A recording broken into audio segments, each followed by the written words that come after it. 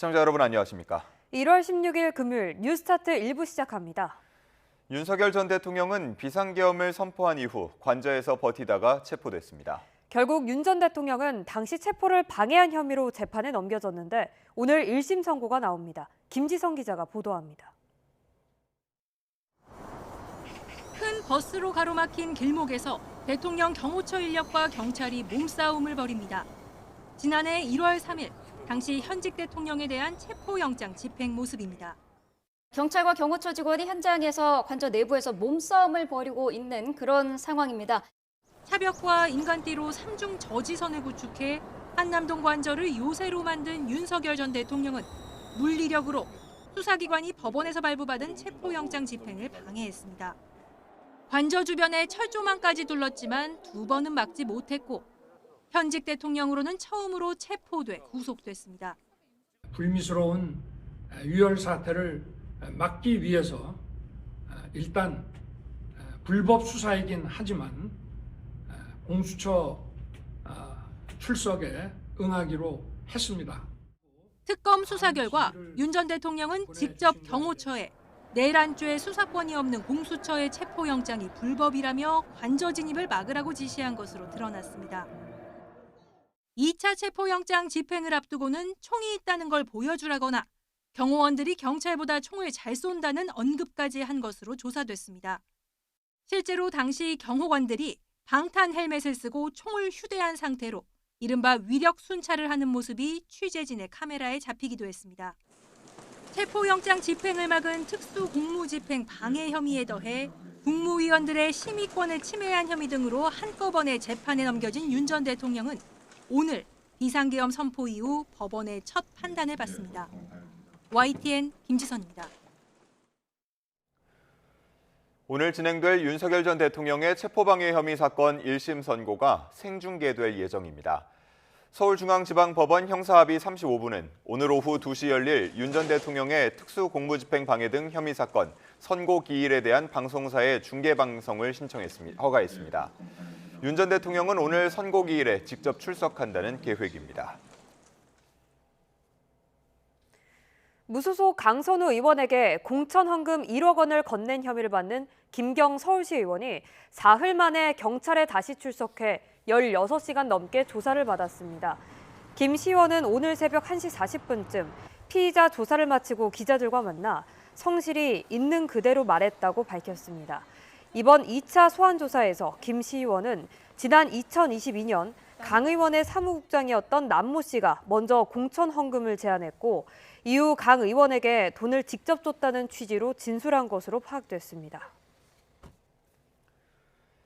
김경 시의원은 1억 원을 강선우 의원에게 직접 건넸다고 주장하는 것으로 전해졌는데 강 의원은 사무국장으로부터 보고를 받고 돈 받은 걸 알게 됐다는 입장입니다. 의혹 당사자들 사이에 진실 게임이 벌어지는 양상인데 강 의원이 다음 주 경찰 조사에서 출석해 어떤 입장을 밝힐지 관심입니다. 정현우 기자가 보도합니다. 김경시 의원은 지방선거를 앞둔 지난 2022년 강선우 의원에게 직접 1억 원을 전달했다고 진술한 것으로 전해졌습니다. 함께 있던 전 사무국장 남모 씨가 자리를 비운 사이 돈을 건넸다고 말한 것으로 알려졌는데 그동안 강 의원 설명과 정면으로 배치됩니다. 관련 의혹이 불거진 지난달 강 의원은 SNS를 통해 자신은 남모 씨에게서 보고를 받은 뒤에야 관련 내용을 인지했다고 강조했습니다. 또 이 같은 상황을 알게 된 뒤엔 남 씨에게 여러 차례 반환을 지시했다고 밝혔습니다. 민주당 공천관리위원회 간사였던 김병기 의원을 찾아가 상의했을 때도 강 의원은 돈을 받아 갖고 있던 건 남 씨였다고 말합니다. 1억 이렇게 그 돈을 갖다가 받은 걸 지금 사무국장이 그러니까 보관하고 있었다는 거 아닙니까? 하지만 강 의원이 금품 전달 창구로 지목한 남 씨는 경찰 조사에서 관련 내용을 모른다며 혐의를 부인한 것으로 전해졌습니다. 서로의 주장이 엇갈리는 가운데 경찰은 돈이 전달된 것으로 의심되는 당시 상황을 구체적으로 재구성해가며 진술의 신빙성을 확인해 나갈 것으로 보입니다. 강선우 의원 주장은 인식도 하지 못했다. 위법에 대해서는 고의가 없었다라는 주장인데 만약에 현장에 있었다라고 한다면 신뢰성이 사실상 사라지는 거죠. 경찰 조사에서 강 의원이 기존 설명에 부합하는 진술을 이어갈지 관심이 쏠리는 가운데 경찰은 주장이 엇갈리는 의혹 당사자들을 상대로 대질 조사를 하는 방안도 검토하고 있습니다. YTN 정인우입니다. 더불어민주당 김병기 의원을 둘러싼 각종 의혹을 수사하는 경찰이 물증 확보와 관련자 조사에 주력하고 있습니다. 늑장 수사 오명을 벗으려 애쓰는 모습인데 핵심 단서 확보에는 여전히 어려움을 겪고 있습니다. 김희영 기자가 보도합니다. 공천원금 의혹을 고리로 대대적인 압수수색을 벌인 다음 날, 경찰은 김병기 의원의 차남이 사는 아파트를 다시 찾았습니다. 각종 의혹의 단서가 담겼을 것으로 추정되는 김 의원 부부 비밀금고의 행방을 찾기 위해서입니다. 그럼 뭐 CCTV 보러 온 건지 아닌지도 확인이 어렵다는 말씀이시죠? 네. 앞서 경찰은 김 의원 부부가 둘째 아들 집에 귀중품 금고를 숨겨뒀을 수 있다는 첩보를 입수하고 전방위 압수수색을 벌였지만 찾지 못했습니다. 경찰이 강제 수사를 머뭇대는 사이 빼돌려졌을 가능성도 있는 상황. YTN 취재 결과 해당 금고는 가로 세로 1m 크기로 경찰은 엘리베이터 등 CCTV 영상 등을 분석해 금고를 옮기는 모습이 담겼는지 살피고 있습니다. 경찰은 금고뿐만이 아니라 수사 과정 곳곳에서 물증 확보에 어려움을 겪고 있습니다. 김 의원에게서 압수한 아이폰 전화기는 비밀번호가 걸려 포렌식도 못하고 있고 측근인 이지희 동작구 의원 압수수색 과정에서 차남 편입 의혹 관련 자료를 발견했지만 영장에 기재된 압수수색 대상에 포함되지 않아 뒤늦게 따로 임의 제출받기도 했습니다. 대신 경찰은 핵심 관련자 조사로 돌파구를 찾으려는 모습인데 의혹을 폭로해온 김 의원의 전 보좌진을 이틀 연속 불러 조사하고 입학청탁이나 직권남용, 강요 이런 문제가 아니라 뇌물, 횡령, 입학 업무 방해에 관련된 문제이기 때문에 그 문제에 좀 집중해달라고 말씀드리고 나왔습니다. 김 의원 아내의 구의회 법인카드 유용 의혹 수사를 무마했다는 의혹의 당사자인 전 동작경찰서 수사팀장도 피의자 신분으로 불러 조사했습니다. YTN 김희영입니다. 더불어민주당이 발의한 3대 특검 후속 법안인 2차 종합특검법이 오늘 국회 본회의 문턱을 넘을 것으로 보입니다. 내란, 김건희, 최상병 특검의 미진한 부분을 추가로 수사하는 법안으로 이른바 노상원 수첩 관련 의혹이나 계엄에 동조한 국가기관 등 14개를 수사 대상으로 하며 수사기간은 최장 170일입니다. 어제 오후 법안이 상정되자 보수 야권은 개혁신당 천하람 원내대표를 첫 주자로 무제한 토론 필리버스터에 돌입했습니다. 민주당 등 범여권은 24시간이 지나는 오후 3시 반쯤 표결로 토론을 강제 종결한 뒤 본회의에서 법안을 처리할 계획입니다. 국민의힘 장동혁 대표가 국회에서 무기한 단식에 돌입했습니다. 민주당 공천 헌금 의혹과 통일교 게이트 관련 특검법 처리 촉구 차원인데 민주당은 정치적 쇼에 불과하다고 혹평했습니다. 박광열 기자가 보도합니다. 민주당 입법 강행을 비판하는 규탄 대회에서 마지막으로 마이크를 잡은 장동혁 대표. 비상계엄 등을 겨냥한 2차 특검을 강행하는 여당이 자신들을 둘러싼 공천헌금, 통일교 특검은 거부한다고 목소리를 높였습니다. 그러면서 가장 강력한 투쟁 카드를 꺼냈습니다. 특검법 수용을 촉구하는 단식을 시작하겠습니다. 민주당의 무도함이 저의 단식을 통해서 국민들께 더 강력하게 목소리가 전달되기를. 두루킹 특검 당시 김성태 전 원내대표 사례처럼 지도부가 투쟁 선봉에 서며 가장 센 대여 압박으로 요구를 관철하겠다는 의지가 담긴 거로 풀이됩니다. 또 쇄신안과 한동훈 전 대표 징계 문제 등 당내 내홍을 잠재우고 리더십 주도권을 다시 확보하기 위한 승부수라는 평가도 나옵니다. 여기에 장 대표는 단식 돌입 시점을 개혁신당 천하람 원내대표 필리버스터 시작과 맞추며 범보수 공동전선 의지도 분명히 했습니다. 의원 외교차 해외 일정 중인 이준석 대표 역시 빠른 귀국과 함께 공동 대응 방안을 검토 중입니다. 반면 민주당은 정치적 쇼라고 평가절하했습니다. 통일교 특검 핵심은 정교 유착이고 지난 대선 신천지 개입 의혹 역시 함께 포함돼야 한다며 이를 거부한 건 국민의힘이라고 쏘아붙였습니다. 경찰에서 빠르게 지금 수사하고 있는 상황에서 특검은 이것도 정치적인 정략적인 정치 공세에 불과하다라고 생각합니다. 단식이라는 가장 강한 수단을 앞세운 범보수 공조 여론전에 민심이 얼마나 공감할지 이 지방선거를 앞둔 전국의 또 다른 변수로 자리하는 모양새입니다. YTN 박광렬입니다. 국민의힘 장동혁 지도부가 한동훈 전 대표에 대한 제명 징계안을 당장 의결하지 않기로 했습니다. 재심 기회를 보장하겠다는 이유를 내세웠지만 단 안팎의 반발을 달램과 동시에 절차적 흠결도 보완하겠다는 뜻으로 풀이됩니다. 김철희 기자가 보도합니다. 한동훈 전 대표에게 제명 징계가 내려지고 하루가 지났지만 당 윤리위 결정을 둘러싼 국민의힘 내홍은 좀처럼 식지 않았습니다. 결정문이 2차례나 수정된 걸 두곤 졸속이란 비판이 이어졌고 시간을 더 들여야 한다는 신중론 역시 투장파를 중심으로 계속 분출했습니다. 오늘 최고위원회에서 윤리위원회에 대한 징계 내용을 그대로 의결해서는 안 된다. 아침 9시 최고위 직전까지 의견 청취를 이어간 장동혁 대표. 윤리위 징계안을 당장 처리하지 않겠다며 속도 조절을 선언했습니다. 징계를 둘러싼 비판 여론을 달래고 당사자에게 소명 기회를 줘 절차적 완결성을 높이겠다는 취지로 읽힙니다. 제대로 된 소명 기회를 부여받아서 이 절차가 마무리될 수 있도록 재심의 기간까지는 윤리 결정에 대해서 최고위의 결정을 하지 않겠습니다. 최대 열흘의 말미가 더 생겼지만 의원총회에선 초유의 새벽 기습 징계를 두고 성토가 이어졌습니다. 연단위에 번갈아 오른 의원 10여 명은 선수와 계파를 가리지 않고 제명이 과하다고 입을 모았습니다. 강성 지지층에만 끌려다니지 말고 국민 생각을 담으려고 노력하라거나 당을 운영할 때 경험 많은 사람들의 의견도 경청하란 등의 쓴소리가 나왔습니다. 우리 스스로 공멸을 자초할 뿐입니다. 법률 문제로 치환될 게 아니라 정치적으로 해결할 문제입니다. 일부 의원들은 한동훈 전 대표를 향해서도 설명과 사과가 먼저 아니겠냐며 책임에서 자유롭지 않다고 지적했습니다. 한동훈 전 대표 측은 현재로선 편향된 윤리위에 재심을 청구하지 않겠다는 입장이 확고합니다.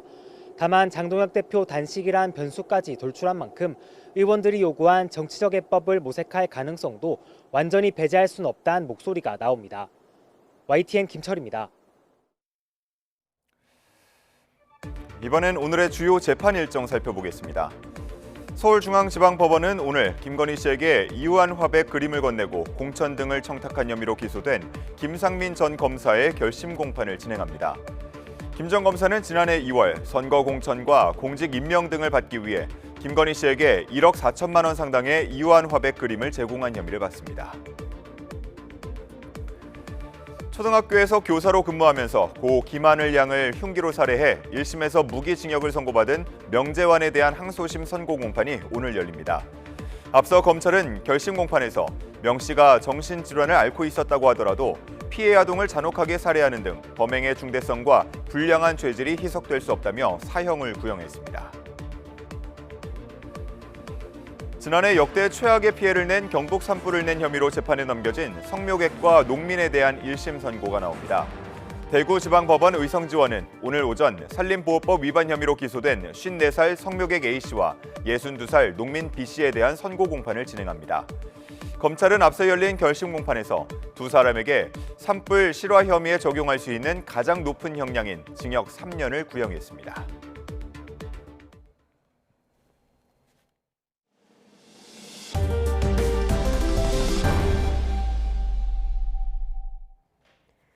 국민건강보험공단이 담배 회사를 상대로 낸 500억 원대 손해배상 소송 2심에서도 패소했습니다. 법원은 흡연과 폐암 발병 사이 직접 연관성이 입증되지 않았다고 판단했는데 건보공단은 즉각 상고하기로 했습니다. 권민석 기자의 보도입니다. 2020년 1심에 이어 6년 만에 나온 항소심 선고에서도 국민건강보험공단은 고배를 맞았습니다. 서울고등법원은 KTNG와 한국필립모리스, BAT코리아가 건보공단에 피해를 배상할 필요가 없다고 판결했습니다. 공단은 장기간 흡연 후 폐암과 후두암을 진단받은 3,400여 명에게 지급한 533억 원을 담배 회사가 물어내야 한다며 소송을 냈습니다. 담배를 피우면 폐암 등에 걸릴 수 있는 건 과학적 진실인 만큼 책임이 담배 회사에 있다는 겁니다. 재판부는 일단 흡연과 암 발병 사이에 역학적 상관관계가 있다고 판단했습니다. 하지만 그것만으로 흡연과 암의 직접 연관성까지 인정하긴 어렵고 개인의 흡연 기간과 암 발생 시기, 생활 습관 등을 따로 살펴야 하는데 이 부분이 명확히 입증되지 않았다고 봤습니다. 또 담배에 중독된 흡연자에게 건강 문제가 생길 수 있다는 사정만으로 담배 자체를 안전하지 않다고 보긴 어렵다고 설명했습니다. 담배 회사가 니코틴 함량을 줄인 담배를 만들어서야 한다거나 담배 위험성에 대한 충분한 경고가 이루어지지 않았다는 공단 측 주장 역시 배척했습니다. 담배 제조 자체를 유해물질 전달 행위로 간주할 수 없고 발암물질이 몸에 들어가는 건 개인 선택에 따른 거라고도 했습니다. 건보공단은 과학과 법의 괴리가 너무 크다며 즉각 상고의 뜻을 밝혔습니다. 사조가 없으면은 건강보험료가 얼마나 절약되는지 아십니까? 4%가 절약이 됩니다. 그것도 매년. 2014년 소재기 후 12년째 이어져 온 공단의 법정 싸움은 대법원 판단 때까지 계속될 예정입니다. YTN 권민석입니다. 정부로부터 세월호 참사 보상금을 받은 일부 유가족들이 이를 되돌려주겠다며 낸 소송에서 패소했습니다. 서울중앙지방법원은 세월호 유족 김모 씨 등 382명이 국가를 상대로 낸 보상금 지급 결정 취소 소송을 각하했습니다. 재판부는 보상금을 지급하는 절차가 이미 끝나 이를 다시 다툴 수 없다고 판단했고 화해 결정문에 국가 책임이 빠져 재심이 필요하다는 주장도 받아들이지 않았습니다. 가습기 살균제 참사 피해자들이 제조사인 옥실레킷 벤키저를 상대로 손해배상 소송을 냈지만 패소했습니다. 서울중앙지방법원은 어제 피해자 26명이 옥실을 상대로 낸 11억여 원의 규모의 손해배상 청구 소송에서 원고 패소로 판결했습니다. 26명 가운데 24명은 지난달 27일 재판부의 화해 권고 결정을 받아들였고 남은 피해자 2명에 대해서만 패소 판결이 내려졌습니다. 한 줄 뉴스입니다. 어제 저녁 7시 50분쯤 부산역으로 향하던 KTX 열차가 대전 식장터널에서 고장으로 멈춰 승객 575명이 2시간가량 불편을 겪었습니다. 서울 영등포 경찰서는 친언니를 흉기로 공격해 살해하려 한 혐의로 60대 여성 A씨를 그제 오후 긴급 체포해 조사하고 있다고 밝혔습니다. 서귀포 경찰서는 출동한 경찰을 폭행하고 손가락을 물어 절단시킨 혐의로 20대 A씨를 구속했습니다. 서울 용산경찰서는 소속 경찰관 30대 경장 A씨를 음주운전 혐의로 입건해 조사하고 있습니다. 대전경찰청은 만 2세 아동을 학대한 혐의로 대전 유성구에 있는 국공립 어린이집 교사 A씨 등 4명을 불구속 상태로 검찰에 넘겼습니다. 걸그룹 피프티 소속사 어트랙트가 이른바 템퍼링 의혹과 관련해 외주 용역사 더기버스와 안성일 대표와의 법적 분쟁에서 일부 승소했습니다. 아들의 부정입학과 불법 동물 실험 등 혐의로 기소된 이병천 전 서울대 교수가 1심에서 실형을 선고받았습니다. 지금까지 한 줄 뉴스였습니다. 캄보디아에 거점을 두고 노쇼 사기를 벌여 38억 원을 가로챈 일당 23명이 구속 상태에서 재판에 넘겨졌습니다. 검경 합동수사부는 군부대 등 공공기관에서 물품 대리 구매를 요청하는 경우는 없다며 유사한 전화가 오면 무조건 사기를 의심해야 한다고 강조했습니다. 안동훈 기자가 보도합니다. 포승줄에 묶인 사람들이 차례로 버스에서 내리더니 한꺼번에 이동합니다. 캄보디아 현지 당국에 검거된 범죄 조직원들이 국내로 송환돼 체포된 모습입니다. 일렬로 가시죠. 이들 일당은 캄보디아 시아누크빌 등에 거점을 두고 지난해 5월부터 6개월에 걸쳐 병원이나 군부대 등을 사칭해 물품 구매를 유도하는 노쇼 사기를 벌인 혐의를 받습니다. 1차 유인책이 공공기관을 사칭해 식당을 예약하며 와인 등을 대리 구매해달라고 요청하면 2차 유인책이 판매업자인 것처럼 속여 돈을 받아 챙긴 뒤 잠적한 것으로 파악됐습니다. 명함과 물품 구매 요청서 등 가짜 서류를 만들고 범행 대본까지 활용해 피해자들을 유인했는데 이렇게 속은 피해자가 215명, 피해 금액은 38억 원에 달하는 것으로 조사됐습니다. 지난해 6월 국정원 첩보를 받고 수사에 착수한 검경 합동수사부는 9월부터 국내 조직원 검거에 들어갔습니다. 10월부터는 캄보디아 수사당국과 협력해 17명을 검거해 국내로 송환하는 등 모두 23명을 구속해 재판에 넘겼습니다. 합동수사부는 아직 검거하지 못한 외국인 총책 등 공범들에 대한 수사를 이어가고 있습니다. 해외 거점 조직을 집중 수사하고 국내 귀국 및 해외 체류 가담자들을 모두 적극적으로 추적함으로써 조직적 비대면 사기 범죄로부터 국민을 보호하도록 하겠습니다. 합수부는 군부대 등 공공기관이 물품 대리 구매를 요구하는 경우는 없다며 이런 전화가 오면 일단 사기를 의심하고 대응해야 피해를 막을 수 있다고 강조했습니다. YTN 양동훈입니다. 정부가 추진하는 독자 AI 파운데이션 모델 개발 사업 1차 평가에서 네이버 클라우드와 NC AI 컨소시엄이 탈락했습니다. 과학기술정보통신부는 AI 성능과 활용 가능성, 비용 효율성, 생태계 파급 효과 등을 종합적으로 평가해 LG AI 연구원과 SK텔레콤, 업스테이지를 정예팀으로 선정했다고 밝혔습니다. 당초 1차 평가에서 4팀을 선정할 예정이었지만 네이버 클라우드가 중국 QN 모델 사용 논란으로 독자성 기준을 충족하지 못했다고 설명했습니다. 유튜브가 부모가 자녀의 쇼츠 피드를 비활성화할 수 있는 기능을 업데이트했습니다. 유튜브는 부모가 아동과 청소년의 쇼츠 시청 시간을 직접 관리할 수 있는 기존 기능을 개선해 업데이트했다고 밝혔습니다. 부모는 감독 대상 계정을 통해 15분 단위로 자녀의 쇼츠 시청 시간을 설정할 수 있는데 이번 업데이트로 타이머를 0분으로 설정할 수 있게 됐습니다.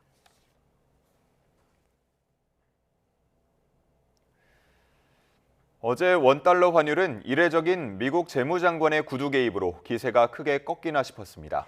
그러나 환율은 장중 다시 1,470원대로 올라서기로 했는데요. 외환당국은 새로운 대책을 검토하겠다고 밝혔습니다. 이승은 기자가 보도합니다. 어제 서울 외환시장에서 원달러 환율은 그제보다 12원 오전 내린 1,465원으로 하락 출발했습니다. 미국을 방문한 구윤철 경제부총리와 만난 스콧 베선트 미 재무장관이 소셜미디어에 최근 원화의 약세는 한국의 견고한 경제 기초 체력과는 부합하지 않는다는 글을 올렸기 때문입니다. 하지만 개장 뒤 환율은 다시 오르기 시작해 장중 1,470원대로 올라갔습니다. 다시 떨어지긴 했지만 개장 때보다는 하락폭을 좁혀 오후 3시 반 기준 그제보다 7원 8전 내린 1,469원 7전을 기록했습니다. 외환시장의 변동성이 커지면 200달러 어떤 투자 같은 것도 좀 지연될 수 있다라는 그런 조항 같은 것도 조금 들어간 걸로 알고 있거든요. 그렇기 때문에 이런 상황을 안정시키고 투자를 적극적으로 이행해라라는 이런 메시지로 해석하는 것이 바람직하지 않느냐. 이와 관련해 외환당국자는 베선트 장관의 한국 경제에 대한 평가에 역외 외국인 투자자들은 대체로 공감했지만 국내에서는 저가 매수 수요가 강하게 작용했고 이에 따라 외국인들도 다시 달러를 사들였다고 말했습니다. 국민과 금융기관에서 원화 가치가 더 떨어질 것이라는 믿음이 행동으로 이어지고 있고 이 행동이 다시 환율을 끌어올리는 악순환 구조가 형성돼 있다는 겁니다. 그러면서 개인과 금융기관의 거래에 대해 건전성 차원의 조치를 고민하고 있다고 강조했습니다. 개인에 대한 직접적인 조치는 아니라고 밝혀 서학개미들의 거래 창구인 증권사에 대한 추가 대책 검토를 시사했습니다. 하지만 당국의 이딴 대응에도 상당 기간 고환율이 이어질 것으로 보는 시각이 많습니다. 개인과 기업, 국가 차원의 대미 투자에 한국보다 미국 경제 성장률이 더 높은 데다 미 연준 의장 교체 등 금융시장의 불확실성이 안전자산인 달러의 수요를 부르기 때문입니다. 일본도 그렇고 미국도 그렇고 정치적인 이슈들이 우리나라 원달러 환율 상승에 영향을 미치고 있고 이게 단기간에 끝날 이슈는 아니라고 생각이 돼요. 그래서 1, 4분기 늦으면 2, 4분기 정도까지는 상당히 높은 환율을 유지할 공산도 있고 당국은 미국과의 통화 스와프와 관련해서는 과거 외환위기 때와 달리 달러가 시장에 넘치고 있다며 당장 통화 스와프를 해야 할 상황은 아니라고 말했습니다. YTN 이승은입니다. 한국은행이 5차례 연속 기준금리를 동결했습니다. 1,500원 턱 밑까지 올라간 원달러 환율을 고려한 결정이었는데요. 의결문에 금리 인하 관련 문구도 사라지면서 사실상 인하 기조가 여기서 멈출 수 있다는 뜻도 내비쳤습니다. 손효정 기자입니다. 기준금리가 이번에도 연 2.5%로 고정됐습니다. 지난해 5월 한 차례 인하를 마지막으로 5차례 연속 동결입니다. 금통위원 6명 만장일치로 동결을 택했는데 새해 들어 1,400원 중후반대로 다시 치솟은 환율이 주요한 이유였습니다. 환율 등 금융안전 관련 리스크가 여전하거나 오히려 올랐다는 점에서 현재의 기준금리 수준을 유지하는 것이 바람직하다고 모두 동의하셨고, 이창용 총재는 최근 환율 상승의 4분의 3은 달러 강세와 엔화 약세, 지정학적 불안 등 대외 요인 때문이지만 나머지는 국내 수급 쏠림의 영향이 크다고 진단했습니다. 환율이 반짝 내리면 개인 투자자들이 달러를 대거 사들이고 해외 주식 투자 속도도 다시 지난해 수준으로 빨라졌다고 설명했습니다. 우리 내국인 해외 투자가 대부분 주식으로 이렇게 많이 나가는 문제가 있기 때문에 이런 것들이 지금 환율 수급을 결정하는 쪽이 더 크다고 생각하고 있고요. 시장에서는 이번 금통위의 결정문을 두고 금리 인하 기조가 사실상 마무리된 게 아니냐는 해석도 나왔습니다. 금통위는 지난해 11월 회의 뒤 금리 인하 기조라는 문구를 금리 인하 가능성으로 수정했는데 이번에는 관련 문구를 아예 삭제했습니다. 3개월 뒤 금리가 동결될 가능성이 크다고 응답한 금통위원도 3명에서 5명으로 늘었습니다. 매파적인 금통위에도 코스피는 10거래일째 사상 최고치를 갈아치우며 거래를 마쳤습니다. 기관의 1조 3천억 원 순매수에 이어 외국인도 매수 우위로 돌아서면서 4,800선을 눈앞에 둔 4,797로 마감했습니다. YTN 손효정입니다. 미국 내 해고가 2년 만에 최저로 떨어지며 고용이 안정세를 보여 미국의 중앙은행인 연방준비제도가 이달 기준금리를 인하할 가능성이 낮아졌습니다. 이 와중에도 트럼프 대통령은 금리를 내려야 한다고 주장했는데요. 연준의 독립성 침해 우려에 대한 반발은 점점 확산하고 있습니다. 뉴욕에서 이승윤 특파원입니다. 미국의 해고가 2년 만에 최저로 떨어지며 트럼프 대통령의 관세로 흔들렸던 고용이 안정세를 보였습니다. 미국 노동부는 지난주 신규 실업수당 청구 건수가 19만 8천 건으로 한 주 전보다 9천 건 감소했다고 밝혔습니다. 해고를 의미하는 신규 실업수당 청구 건수의 4주 이동 평균은 한 주 전보다 6,500건 감소한 20만 5천 건으로 2년 사이에 가장 낮았습니다. 지난달 미국의 피농업 일자리는 전월 대비 5만 명 증가했고 특히 상승세였던 실업률은 4.4%로 하락 전환하며 노동시장은 이제 안정되는 추세입니다. 이에 따라 그동안 고용 약화 우려로 3연속 기준금리를 인하했던 연방준비제도가 이달 중 금리를 인하할 가능성은 작아졌습니다. 이 와중에도 트럼프 대통령은 제롬 파월 연준 의장을 비난하며 금리를 낮춰야 한다고 주장했습니다. We have very low inflation, so that would give Tulane Powell the chance to give us a nice, beautiful, big rate cut, which would be great for the country. 월가는 물론 세계 중앙은행 총재들, 세계 최대의 채권 운용사인 핌코까지 나서 트럼프 행정부의 파월 의장 수사는 연준의 독립성을 훼손한다며 비판하는 등 반발은 점점 확산하고 있습니다. 심지어 월가의 황제로 통하는 제이미 다이먼, JP 모건 체이스 최고 경영자까지 비판에 가세하자 트럼프 대통령은 불편한 심기를 내비쳤습니다. 월가에선 트럼프 대통령이 오는 5월로 임기가 끝나는 파월 의장을 공격하는 건 미리 차기 의장에게 원하는 것을 얻어내기 위한 포석이라고 분석하고 있습니다. 뉴욕에서 YTN 이승윤입니다. 일본 방문을 마치고 돌아온 이재명 대통령이 실용 외교를 재차 강조하면서 우리 내부가 분열하면 국익을 지킬 수 없다고 지적했습니다. 오늘 여야 지도부와 갖기로 한 오찬에 제1야당인 국민의힘의 불참이 예상되면서 정치권에 거듭 통합을 당부한 것으로 보입니다. 정인용 기자입니다. 이재명 대통령은 일본 방문 다음 날 첫 공식 일정으로 청와대에서 외빈을 맞이했습니다. 아랍에미리트 UAE의 실세인 칼둔 아부다비 행정청장을 접견해 백년해로 하는 관계를 만들기로 뜻을 모은 양국이 가시적 성과를 내길 기대했습니다. 지난해 11월 이 대통령의 UAE 국빈 방문 때 심도 있게 논의한 방산과 인공지능 분야 협력이 결실로 이어지길 당부한 겁니다. 모하메드 대통령 조만간 방문할 거라고 믿고 그때 실질적으로 성과를 만들어낼 수 있게 잘 준비하시면 좋겠습니다. 이 대통령은 이어진 핵심 참모진 회의에서도 정상외교 성과를 언급했습니다. 연초부터 중국과 일본을 방문해 경제와 문화협력의 지평을 넓혔다며 불확실한 국제질서 속 접점을 늘리는 실용외교의 중요성을 짚었습니다. 특히 이럴 때일수록 우리 내부가 분열하면 국익을 지킬 수 없고 외교 성과가 물거품이 될 거라며 공동의 국정 운영자로서 책임 정치를 당부했습니다. 작은 차이를 넘어 국익 우선의 책임 정치 정신을 발휘해 국민의 삶과 나라의 내일을 위한 길에 힘을 모아주시기를 당부드립니다. 이 대통령은 오늘 예정된 여야 지도부와의 오찬에서도 통합 필요성을 재차 언급할 걸로 보입니다. 다만 제1야당인 국민의힘은 불참할 전망이라 이번 만남의 의미가 다소 퇴색될 수도 있다는 우려가 나오고 있습니다. 청와대는 차후 이 대통령과 거대 양당 지도부가 별도 회동을 추진하는 것도 가능하다는 입장입니다. 하지만 특검 등 쟁점 법안을 둘러싼 여야 대립과 다가올 지방선거를 고려하면 협치의 돌파구를 찾기가 쉽지만은 않을 거란 관측이 나옵니다. YTN 정인용입니다. 5개월도 남지 않은 6.3 지방선거와 국회의원 재보궐선거를 앞두고 상당수 이재명 정부 1기 청와대 참모들도 몸을 풀기 시작했습니다.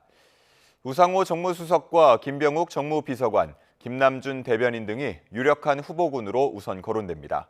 강진원 기자의 보도입니다. 사선 의원을 지낸 뒤 이재명 정부 초대 정무수석을 맡아 당과 청와대 사이 소통 창구 역할을 해온 우상호 수석. 철원 출신인 우 수석의 강원지사 선거 출마는 사실상 확정된 분위기입니다. 공직선거법에 따른 공직자 사퇴 시한은 선거일 90일 전인 오는 3월 5일이지만 이르면 이달 안에 자리에서 물러날 거로 보입니다. 당에서 같이 대통령의 국정 철학을 같이 잘 공유하면서 잘 실천될 수 있도록 그렇게 함께 노력하자 이런 말씀 드리겠습니다. 네. 출마 대열엔 우 수석과 더불어 여의도와 청와대 사이 가교를 자임한 김병욱 정무비서관도 합류할 거로 예상됩니다. 경기 성남 분당을 지역에서 재선에 성공했던 원조 친명그룹 7인회 출신인 김 비서관은 성남시장에 도전장을 내밀 거란 전망이 많습니다. 청와대는 앞으로도 각 정당 지도부와의 소통을 지속하며 통합과 신뢰를 바탕으로 청와대 주변에선 우 수석과 김 비서관의 후임으로 3선의 더불어민주당 원내대표까지 역임한 홍익표 전 의원과 재선을 지낸 고용진 전 의원의 이름까지 오르내리고 있습니다. 6.3 지방선거와 함께 치러지는 이재명 대통령의 지역구 인천 계양을 국회의원 재보궐선거엔 김남준 청와대 대변인이 나설 거로 관측됩니다. 대통령의 임 역할을 하는 김 대변인은 이 대통령의 측근그룹인 성남 경기라인 중에서도 핵심으로 꼽힙니다. 이 대통령은 정책은 숫자나 그래프가 아닌 국민의 삶을 실질적으로 개선하는지로 평가받는 것이라고 강조했습니다. 이 밖에 충남 아산을에서 내리 3선을 한 강훈식 대통령 비서실장은 대전 충남의 첫 통합단체장 선거가 성사될 경우 차출 가능성이 꾸준히 제기되고 있습니다. 전남 무안 출신인 김용범 정책실장도 최근 통합 논의가 급물살을 탄 광주 전남 통합단체장 도전설에 불이 붙었지만 현재로선 청와대 잔류에 무게가 실리는 기류입니다. 6월 3일 선거에 출사표를 던질 명단엔 다른 수석과 비서관, 행정관들도 포함될 수 있는 만큼 조만간 청와대 참모진 개편도 단행될 것으로 보입니다. YTN 강진원입니다.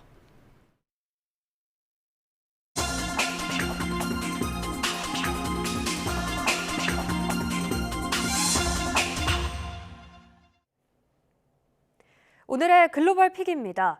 트럼프 미국 대통령이 미국 포드 공장을 방문했다가 야유를 받자 욕설로 받아쳐 논란인데요. 포드는 야유를 보낸 직원을 서둘러 징계했지만 온라인에서는 후원 모금 운동이 벌어져 하루 만에 12억 원이 모였습니다. 김선중 기자입니다. 현지 시간 13일 트럼프 미국 대통령이 미시간주의 포드 트럭 공장을 찾았습니다. 공장 관계자와 함께 시찰을 벌이던 중에 직원 한 명이 트럼프를 향해 야유를 보냅니다.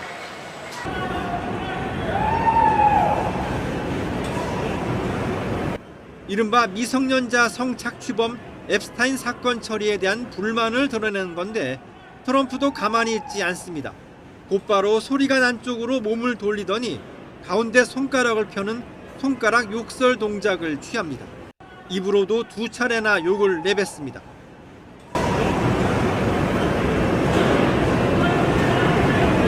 백악관은 적절하고 분명한 대응이었다며 두둔했습니다.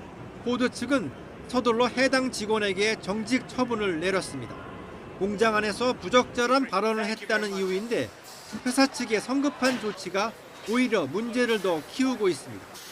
전미 자동차 노조는 성명까지 내며 해당 직원에 대한 지지 의사를 밝혔고 온라인에서는 후원 모금 운동까지 벌어져 하루 만에 12억 원 가까이 모였습니다.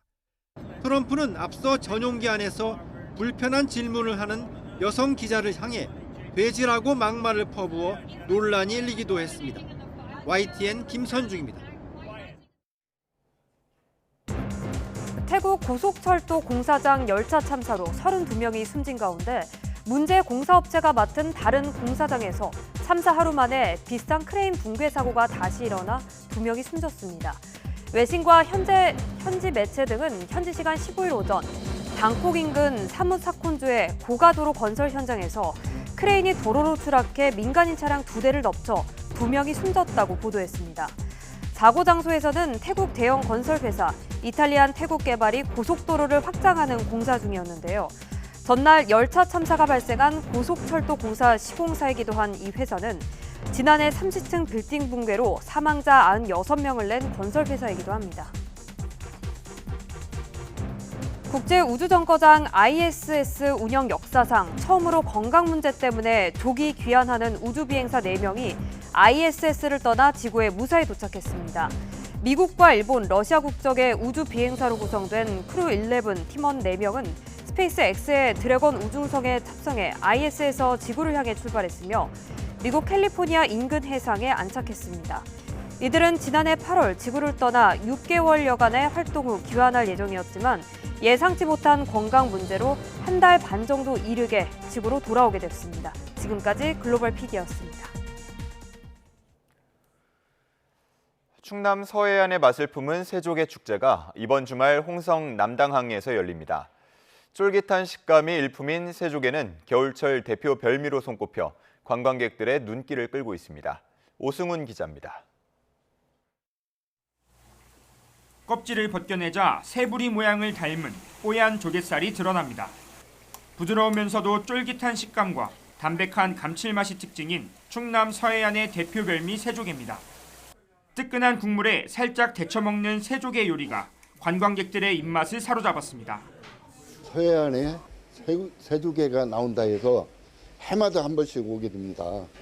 근데 아주 연하고 맛있습니다. 아주 굿입니다. 조개의 황제라고 불리는 새조개는 단백질과 철분, 타우린 등이 풍부해 맛과 영양을 갖춘 겨울철 보양식으로 꼽힙니다.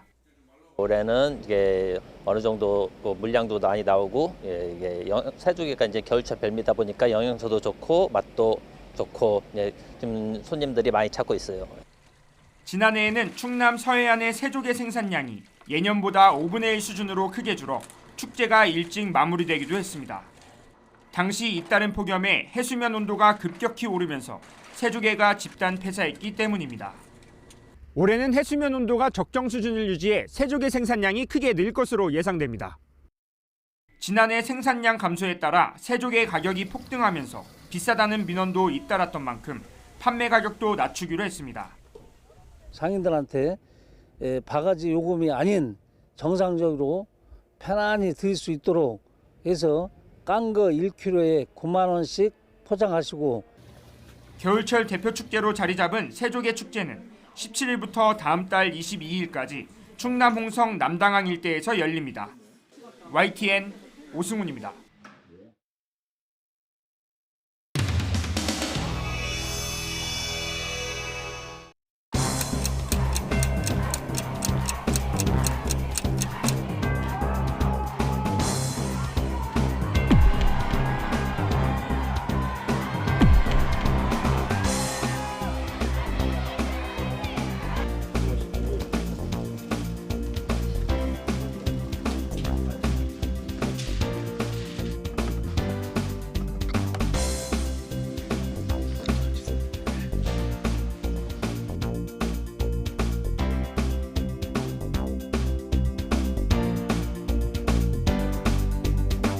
계엄을 막고 당을 지킨 저를 허위 조작으로 제명했습니다.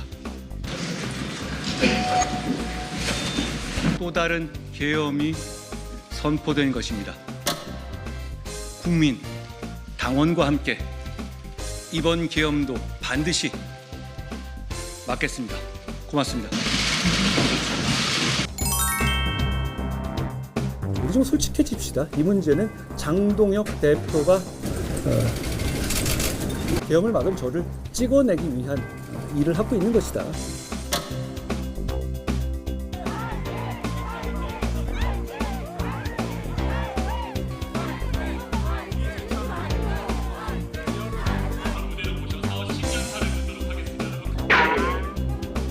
제가 원래 이름 잠깐 그냥 보셔도 되겠습니까, 여러분?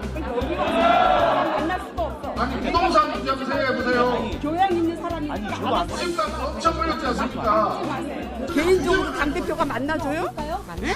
민주당하고 달라. 국힘은 전화도 안 받아 생전. 세상에 당에다 전화하려면 100번 해도 안 받아. 아니 지금 제명시키고 그게 뭐 하는 짓이냐고요.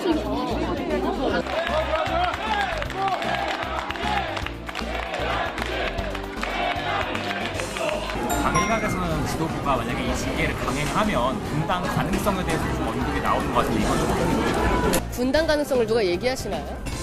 그런 일은 있어서는 안 되고요. 지금 당대표가 말하자면 나서서 분당을 촉발하는 셈이 되는 거거든요.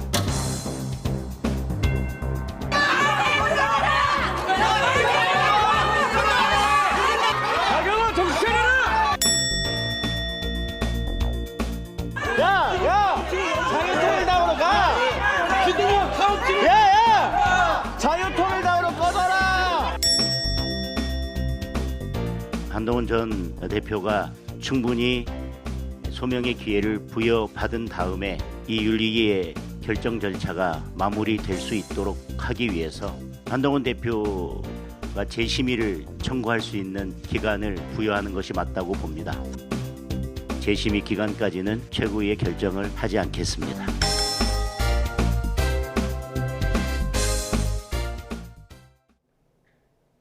오늘 출근길엔 마스크를 착용하셔야겠습니다. 스모그의 황사 영향까지 더해지면서 전국에서 공기질이 무척 탁한데요.